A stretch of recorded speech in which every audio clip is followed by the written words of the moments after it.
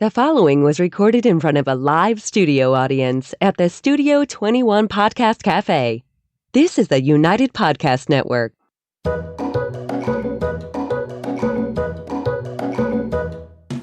Welcome to the Quirky Dog Podcast, inspired by some of the quirkiest dogs you can ever imagine and the owners who love them. This podcast is brought to you by the quirky couple themselves, Scott and Jess Williams. Their aim is to educate and entertain. Here's Scott and Jess.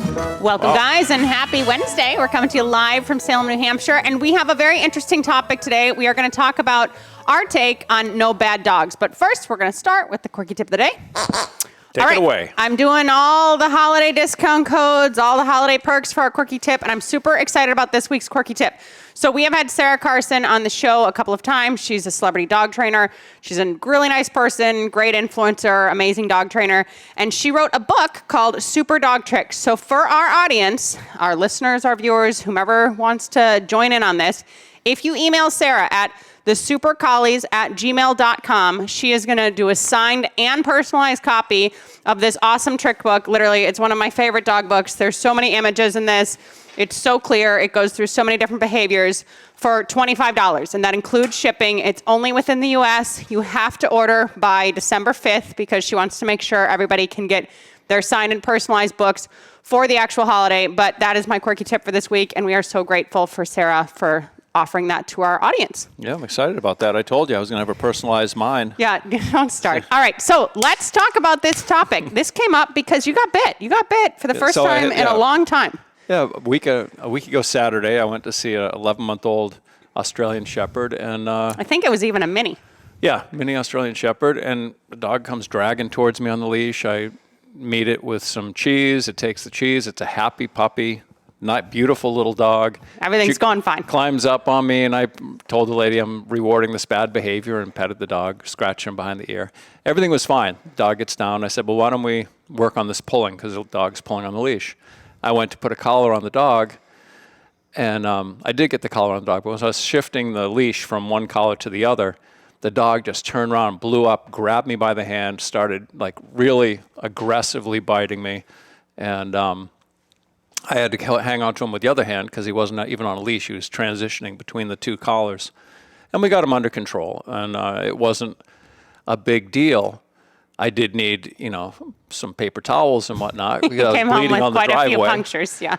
But, it just made me think, and then the background on this dog, no aggression story, but it was the fifth home for this dog. So 11 months old, the fifth home, and they told me the day before I came that the vet said they couldn't do any shots. They needed to medicate the dog.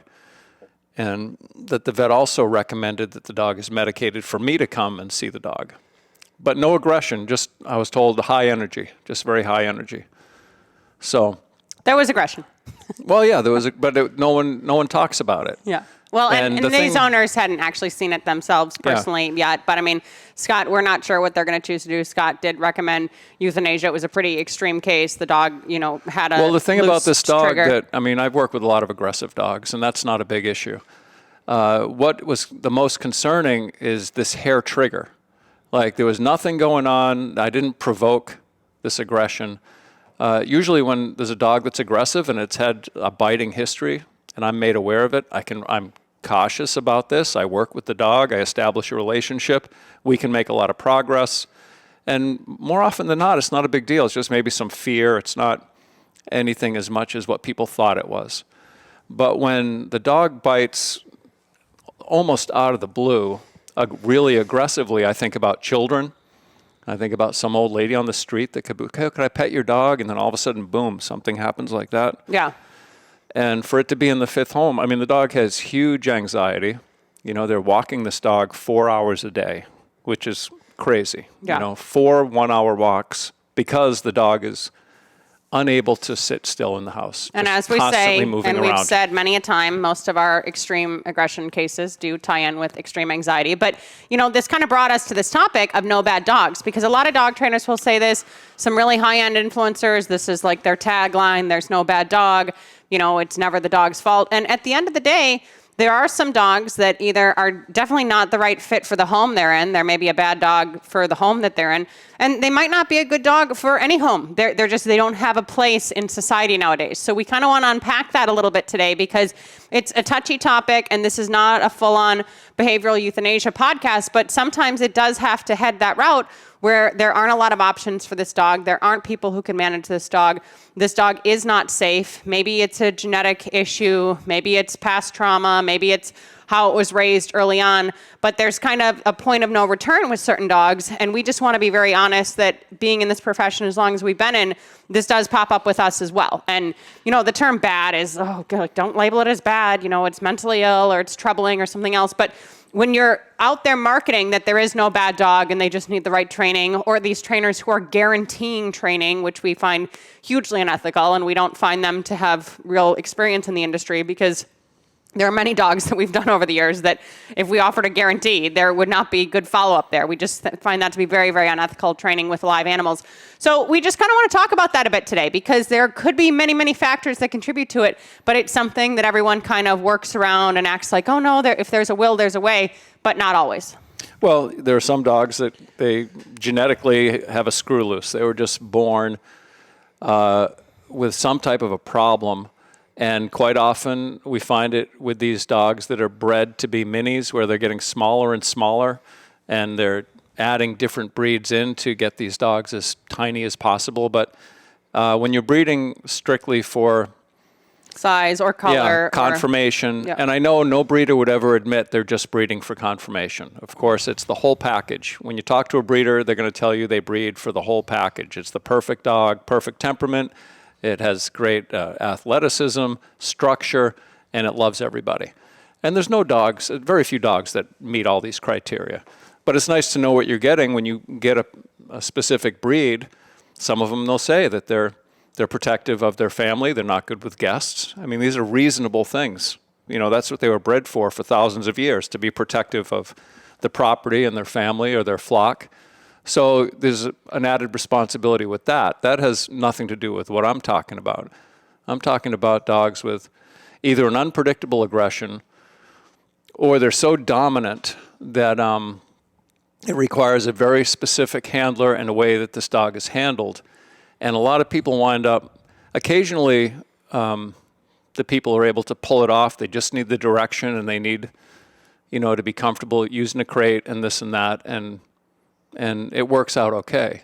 But for the most part, even with dogs that have a lot of aggression issues, the people are just not able to manage the dog safely. They feel bad about the crate. The dog will do really well for several months, so they'll loosen everything up. And boom, another bite happens. Yeah, That's typically how it goes. Sometimes we'll get a call from these desperate owners that the dog just needs the right home. It needs a super qualified professional. It just needs someone that, really understands the dog and has a passion for this type of situation. And sitting up here behind this counter as two people who may fit that criteria, we don't want dogs like that in our home. We have our own personal dogs. Other trainers of, similar credentials and everything else, they don't want to invite that into their life. So while it seems like, there just needs to be the perfect fit and, the perfect trainer who's really adept at these types of situations, that isn't necessarily the type of dog that they want to be bringing into their home. And it's an issue of how many strikes and you're out too, right? I mean, if it's a really severe bite, maybe that dog is a candidate for behavioral euthanasia. And I want to say straight off the bat here that every dog that has been put down, that doesn't mean that they were a bad dog. I'm not saying that, but there are some bad eggs of the bunch that, right from the get-go, we see them in an eval, I don't think it's happened often in training programs, but in an eval specifically, the dog just isn't right. You can tell there's something different about the dog. The dog's looking at you cross no matter what. The dog's unpredictable. The dog is very forward with its aggression. It's not warning. It's not doing anything else. And these dogs are not meant to be in any sort of home. You're just passing the buck if you yourself are not choosing to make the decision of behavioral euthanasia. You bring it to the shelter, maybe lie about its history, you give it to a friend. All of these dogs, you're just prolonging the inevitable, which is that this dog is not safe in society. And that's a big issue. And it's an issue that a lot of people dance around and think, no, the dog just needs the right training. The dog just hasn't had the right chance. It just needs, a different nurturing environment. Not necessarily. There are dogs out there that whether they have a screw loose or they had pest trauma or whatever it's going to be, they just shouldn't be in our modern day world. That's just the bottom line. Well, they're just not safe for a number of reasons. And yeah, I mean, if you're looking to get a rescue and the dog has already been in 3 previous homes or 4 or 5, it's a real tempting story, it tugs at your heartstrings to think this dog needs a home and it hasn't been able to find the right home and we could give it that home. But think about how committed people are when they get a puppy or they get a rescue. The last thing, I've had people come in with a dog that they've just had the dog for a day and it's a rescue situation, the foster situation. They don't own the dog, they're thinking about the dog, they bring the dog in for an evaluation. I keep the dog for a whole day. And when they came to pick up the dog, I said, not a good dog for you. Send the dog back. And they're like, oh my God, but we love him. I said, you got my opinion. You can keep the dog if you want. You asked me for a professional opinion. I worked with this dog all day. Not a good dog for your home. I would send him back. And they kept him. So that's normal. Once you get a dog in your possession, it's like you're never going to give up the puppy. Yeah. So think about that when a dog has had 4 homes. How you would feel if you had a puppy. And then the heartbreak of having to surrender this puppy or rehome this puppy because it didn't work out. So to have 3 or 4 homes do that, there's something going on here. There's a reason that these dogs are getting passed off. Yeah, there's something serious going on with this dog behaviorally. Because we've heard every excuse in the book why they can't keep the dog. It had too much hair. We had to move into an apartment, so we had to get rid of the dog. Jess and I, we've been together for almost 13 years. Long time. We've been in how many living situations? Lots. 3, 4? Yeah. With at Multiple least dogs. 6 dogs, and at a high point, 9 dogs. Yeah. We had to get a rental, 2 rentals with multiple dogs. Not easy. But the last thing, either one of us, we didn't even think about, well, let's just get rid of the dog so we can get rent a house. So it's good feedback. If you're looking for a dog and your friend's like, oh, I can't keep this dog, and you know the history of the dog, the rescue may know that the dog's had multiple homes. It doesn't mean that dog may not be a good fit in someone's home, but don't invite that into your life. That's normally kind of a red flag. Scott kind of calls it the hot potato situation. All right, let's go to break super quick. And when we get back, we're going to talk about this a little bit more. Want to keep up with all the latest from the Quirky Dog podcast like me and Murphy here? Then make sure you head on over to the YouTube channel and subscribe. Or if you prefer to listen to the madness, go on over to iTunes or Spotify and follow the Quirky Dog podcast. And hey, while you're there, leave a rating and review and let them know what you think of the show. Until then, keep it quirky. Okay, so let's take a minute to discern between, is it a misunderstood dog? Is it a bad dog? What is a bad dog? What if I own a bad dog? Where do I go? All this other stuff. So basically... I'd like to say before... Oh, go ahead. Just in line with what you just said, the amount of what I would consider bad dogs out there in relation to the number of dogs I see annually, it's probably maybe 1 or 2 in 100. Yeah. That I would consider this dog should be put down. This is maybe even less than that. Yeah, I would say 0.5%. These dogs we're talking about are far and few between, but they're the kind of dogs that people would think, well, like if the dog daddy lived closer to me, maybe he would take this dog because he can handle. I see how he handles dogs. He could handle this dog. The dog daddy doesn't want your friggin' dog. I guarantee it. He's got enough going on, Yeah, and with that said, just because a certain trainer can handle your dog a certain way, or even just a single member of your household can handle a dog a certain way, that is everyday management 24/7. And when we're talking about a dog who can be dangerous to society specifically, we're talking human aggression specifically, this is a huge deal. This is not something that we should undervalue and that we should underrate. So if you're concerned, you have a dog that has a little bit of reactivity, maybe some aggression, maybe even has broken the skin a few times, what do you do in this situation? I would 180% recommend that you contact a professional who has worked with aggressive dogs before. Contact someone in the field that will help you with your dog to evaluate the dog. You can go to their facility. You can see that there's other dogs there. You can maybe even see their own personal dogs, and you can get their take on what they think of your personal dog. If you don't like what they have to say or you don't think they're well qualified enough, go to another professional dog trainer where they're in the industry working. They have a bunch of reviews. They're touching leashes of dogs. That you're not just sitting sitting behind a desk having a chit chat about this.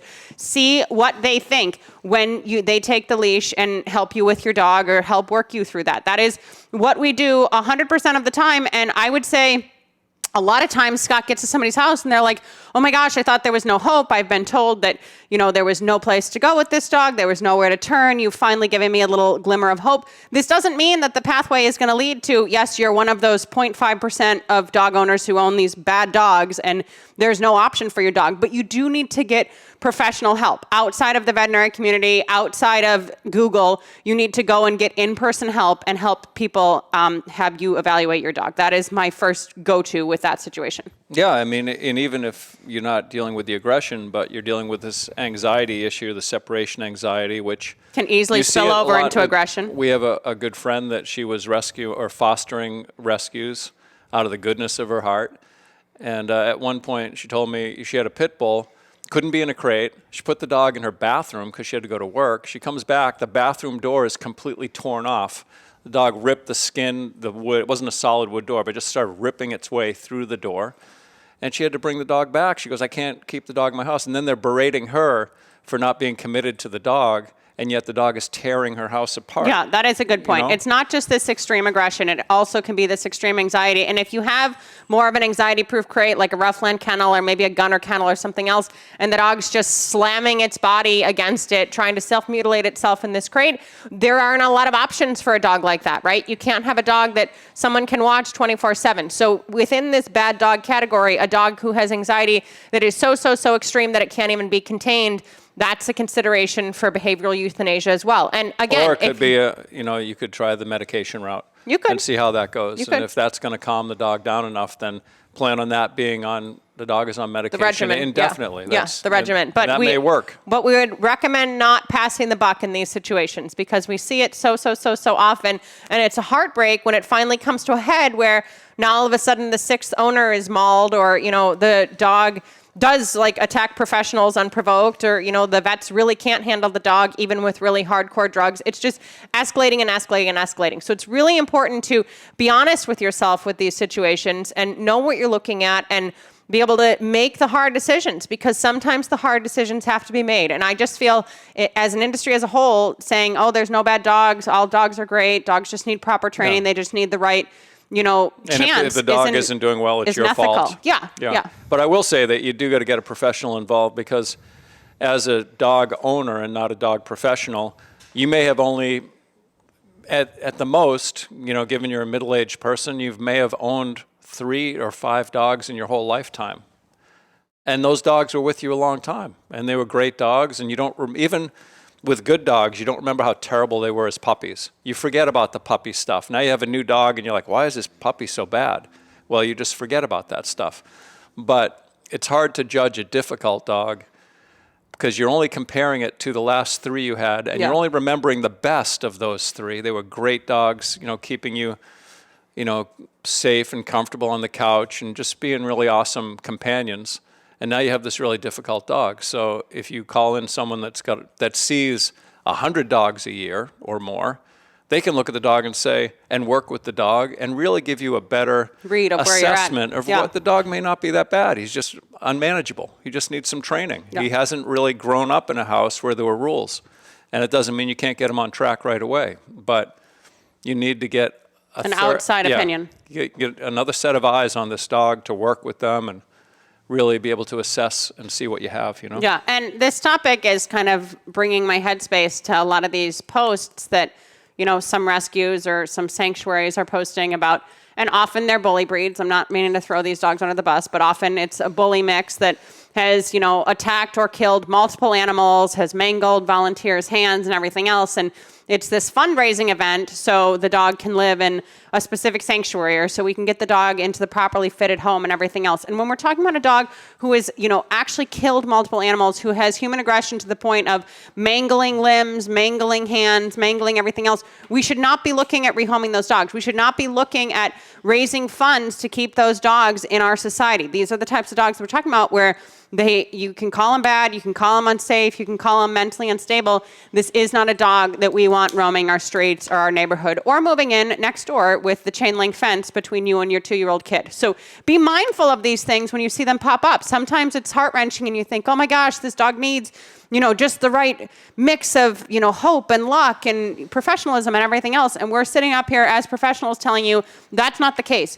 Dogs, when they cross a certain line, especially when we're talking about death of other animals, mangling of body parts, not good to have in any sanctuary setting or any other home. They should not be rehomed for someone else to deal with the problem later on, because it's going to come up again. These things just happen. There is no perfect, safe place for dogs like that. No, and there are dogs that are bred to have animal aggression, and that's part of their job. They're, again, a lot of herders.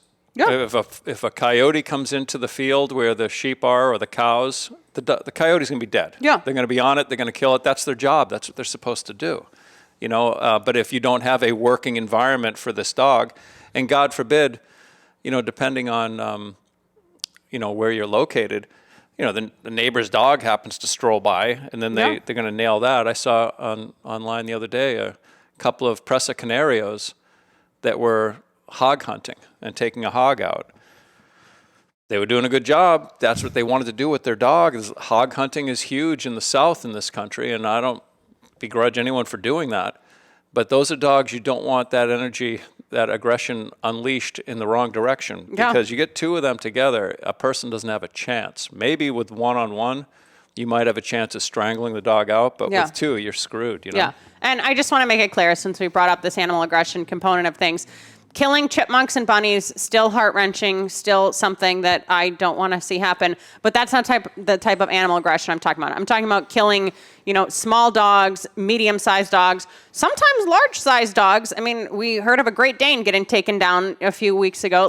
Whatever, when we're talking about animal aggression to that degree, when not only does a dog get into a dog fight, not only is the other dog injured, but the other dog is actually killed based on, thrashing and the neck breaking or whatever else that looks like, that is another level of aggression. That is extreme, okay? So if we're going to label bad dogs, that becomes a dog that should be considered for behavioral euthanasia. Where is that dog going to live safely where it cannot have access ever again to any other animal and unfortunately maybe kill another animal? This is not okay. Dog killers are not okay. And the problem is, people like to think, well, there could be another home for this dog. Where it is, nobody has any idea. There's no answer. But if there was a great trainer that had a farm, that lived somewhere that was all fenced, in their mind, people come up with the perfect scenario for this dog. And I got a call just a few weeks ago. With this situation. So someone that said, here's the situation, here's the dog. Do you want We're it? looking for someone like you to take the dog. I'm like, I don't even barely have time to work with my own dogs that don't want to kill me, let alone take on your dog into my house that does have aggression issues, And, it's a little bit of a heavy topic, but it needs to be said. I think too often, too many professionals either are too quick to say, oh, the only route is behavioral euthanasia. We tried medication. It's not working. This dog can't live in society. I do think we're quick to make that decision sometimes. And then a lot of people are quick to say, no, you just haven't tried my program. I guarantee everything. I've never worked with a dog that I couldn't train. I'm sorry, we have worked with a lot of dogs. We've had Westies that cannot sit. They will not sit after a month's time. I guess we could be extremely abusive to get the dog to sit, but the dog has such stress and maybe there was rear leg pain. I don't know what you want to call it, but such an issue with sitting, the dog didn't sit. There are certain dogs that do not have a strong recall. I don't care how long you have the dog. I don't care what equipment you use. These guarantees were any dog, any behavior, we can make it happen. That does not exist in this profession if you are offering some ethical services. So, and at some point, I hope that some of you kind of feel like maybe this is permission to, go and have a conversation with my vet about behavioral euthanasia. Maybe this is a turning point where, I don't have a lot of options for this dog. I can't put 24/7 into this dog. My dog has mauled a lot of people and I can't do it anymore. And that's okay. Sometimes you just need to hear someone say, if it's a bad dog, it's a bad dog. And we still love these dogs. They're still wonderful. Bad is, again, a very buzz term, but it's a term that's thrown around a lot here. But not all dogs are meant to live in modern day society. So that is an important thing to realize and understand and grasp. And again, it's not a lot of dogs. We're talking a very small portion of dogs. I can maybe list 3 on my hand since we've moved to Maine, and maybe 5 to 10 our whole entire career that we would consider like this category. And we work with hundreds and thousands of dogs. We're not saying that this is a large number, but when you come across these dogs, it's important to take the right steps and make the right decisions. Yeah, I mean, I even saw, 20 years ago, a Malinois, and I'm not saying this dog necessarily should have been euthanized, but it was a puppy. It was like 10 weeks old. And they called me and said, we want you to look at our puppy. The dog has aggression issues. I said, yeah, bring him in. I'm familiar with the breed. I had owned 2 or 3 at that time. The dog looks at me on a leash and just growling and everything and barking. And I just bend down and take the puppy, just because it's a puppy. And the dog is like really nailing me, just totally pissed, biting and I say, holy shit. And I've had a lot of puppies. And I'd never seen one like this. I said, this puppy was bred with a lot of aggression. This is not a good dog for your household. You need to return this puppy to the breeder. And they said, no, we're not returning him. I said, okay. I took the dog and I did a board and train. The dog trained great with me. The dog was awesome. By the time the dog was 8 months old, they called me and said the dog has bit 3 people. Yeah. I can't get the dog back to the breeder because the airlines will not take this dog because of the aggression.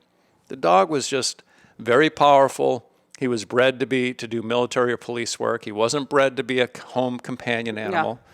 Whether the breeder intentionally did that or it just happened to be that's the mix of the genetics. Shouldn't have been in a pet home regardless. It just happened. Too strong of a dog, you know. But no, these kind of things they're far and few between. They really are. Most dogs, I mean, if you're afraid of your dog, if you live in fear of your dog, the dog shouldn't be in your house. Yeah. The dog shouldn't be in your house. We had a lady that would spend all day in her bedroom with the door locked, with the dog outside. And come to find out, the dog ripped half of her skull off, her scalp. It's not a good bite. The lady had like 36 stitches, or I don't know how many. 2 layers, 100. 2 layers of stitches. Yeah. I'm like, why is this dog still alive? Yeah. Well, it's our son's dog, and we don't want to disappoint him. Yeah. The son's in Florida on vacation. The mom's hiding in her bedroom because the dog. And again, these are extreme examples, and it doesn't even have to be this extreme of what you're experiencing. But when we're talking about aggression to the point where humans are actually being injured, when it has such a quick trigger, like Scott's talking about, or other animals, especially dogs, are being killed, we do have to have the hard conversation. So take a look at that.